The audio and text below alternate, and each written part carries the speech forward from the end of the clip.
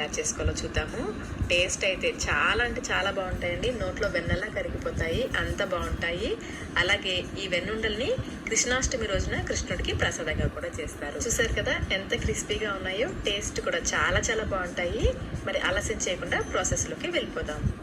ముందుగా ఒక గిన్నెలోకి 1 కప్పు నిండుగా, అంటే పై వరకు నిండుగా వచ్చేలాగా 1 కప్పు బియ్యం తీసుకుని వీటిని 1కి 2 సార్లు శుభ్రంగా కడిగి 6 గంటల పాటు నానబెట్టుకోవాలి.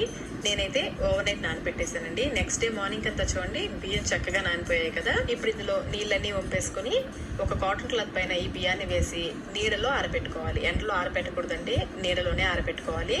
మరి పూర్తిగా ఎండిపోకూడదు. మనం చేత్తో తాకితే కొంచెం చల్లగా ఉండాలి బియ్యం. చూసారు ఈ విధంగా ఉండాలి. మనం అరిసెలకి ఆరబెట్టుకుంటాం చూడండి బియ్యాన్ని, అలా ఆరబెట్టుకోవాలి.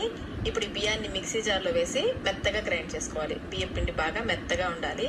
ఇలా గ్రైండ్ చేసుకున్న పిండిని జల్లెల్లో వేసి జల్లించుకోవాలి. పిండి జల్లించిన తర్వాత రవ్వ ఎక్కువగా మిగిలిపోతే మళ్ళీ మిక్సీ జార్లో వేసి గ్రైండ్ చేసుకుని జల్లించుకోవాలి.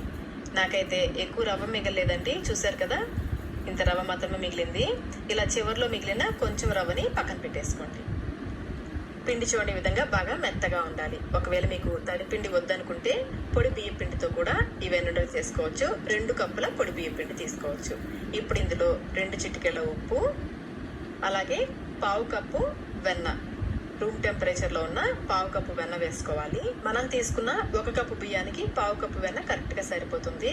అదే మీరు కేజీలో చేసుకోవాలనుకుంటే 1 కేజీ బియ్యానికి 200 గ్రాముల వెన్న వేసుకోవాలి. ఈ వెన్న బియ్యం పిండి బాగా కలిసేలాగా కలుపుకోవాలి. పిండిని ఎంత బాగా కలిపితే వెన్నుండలు అంత చక్కగా వస్తాయి. చూడండి ఈ విధంగా చేత్తో రబ్ చేస్తూ కలిపితే వెన్న బియ్యం పిండికి బాగా పడుతుంది.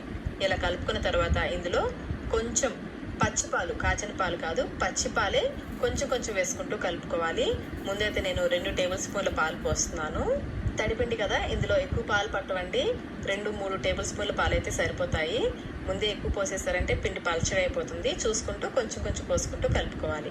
నాకు ఇక్కడ 3 టేబుల్ స్పూన్ల పాలు పట్టాయి. పిండిని చూడండి ఈ విధంగా బాగా మద్దన చేస్తూ కలుపుకోవాలి. అప్పుడే మనకి వెన్నుండలు పగుళ్ళు రాకుండా చక్కగా వస్తాయి. ఈ విధంగా 5 నిమిషాల పాటు బాగా పిండిని కలుపుకోవాలి. పిండిని బాగా కలుపుకున్న తర్వాత కొంచెం పిండిని తీసుకుని బాల్ లాగా చేసామంటే మనకి చక్కగా ఉండలాగా రావాలి. అలా వచ్చింది అంటే మనం కలిపిన పిండి కరెక్ట్ కన్సిస్టెన్సీలో ఉన్నట్లు. చూడండి ఎక్కడ పగులు లేకుండా చక్కగా వచ్చింది కదా బాల్. ఈ విధంగా ఉండలు చేసుకోవాలి. పిండిని అంతటిని ఒక దగ్గరగా చేసేసుకోండి, పిండి ఆరిపోకుండా. పిండిని సాఫ్ట్ గా కాకుండా కొంచెం గట్టిగా ఉండేలాగా కలుపుకోవాలి. ఇలా కలుపుకున్న తర్వాత కొంచెం కొంచెం పిండిని తీసుకుంటూ ఉండలు చేసుకోవాలి.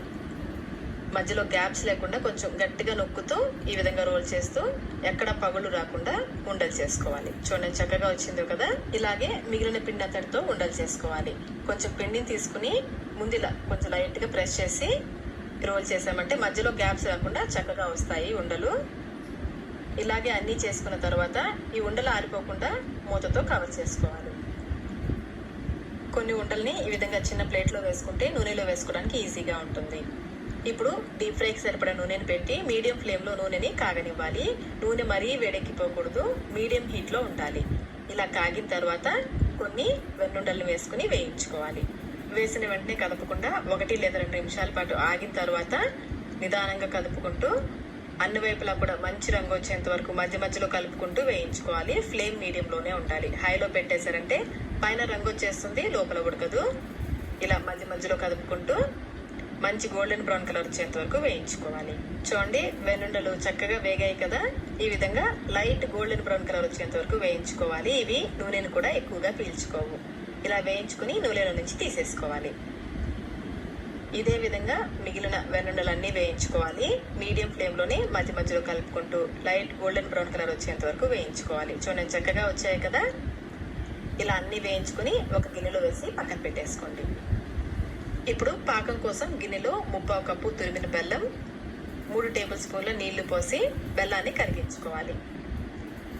బెల్లం కరిగిన తర్వాత ఒక ప్యాన్లోకి ఫిల్టర్ చేసుకోవాలి. నలకలు ఏమైనా ఉంటే పోతాయి. మీడియం ఫ్లేమ్లో కలుపుకుంటూ ఉండపాకం వచ్చేంత వరకు ఉడికించుకోవాలి.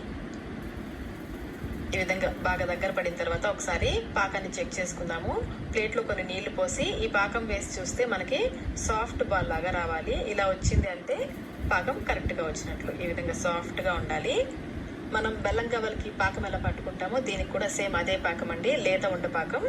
ఈ విధంగా సాఫ్ట్ బాల్ లాగా రావాలి. ఇప్పుడు స్టవ్ ఆఫ్ చేసేసుకుని ఇందులో కొంచెం యాలకుల పొడి వేసి కలుపుకోవాలి. స్టవ్ ఆఫ్ చేశాకనే మనం వేయించి పెట్టుకున్నాం కదా వెన్నుండలు, అవి వేసేసి పాకం ఈ వెన్నుండలకి పాకం పట్టేలాగా కలుపుకోవాలి. ఈ వెన్నుండలు పగిలిపోకుండా నిదానంగా కలుపుకోవాలి. ఇలా కలుపుతూ ఉంటే కొంచెం సేపటికి పాకం చూడండి చిక్కబడుతూ ఉంటుంది. ఇలాగే నిదానంగా కలుపుకుంటూ ఇవి ఒకదానికొకటి అంటుకోకుండా విడివిడిగా విడిపోయేంత వరకు నిదానంగా కలుపుకోవాలి. చూడండి బాగా దగ్గరగా వచ్చేసింది కదా పాకం. ఇంకొంచెం సేపు కలిపామంటే ఈ విధంగా చక్కగా విడివిడిగా వచ్చేస్తాయి.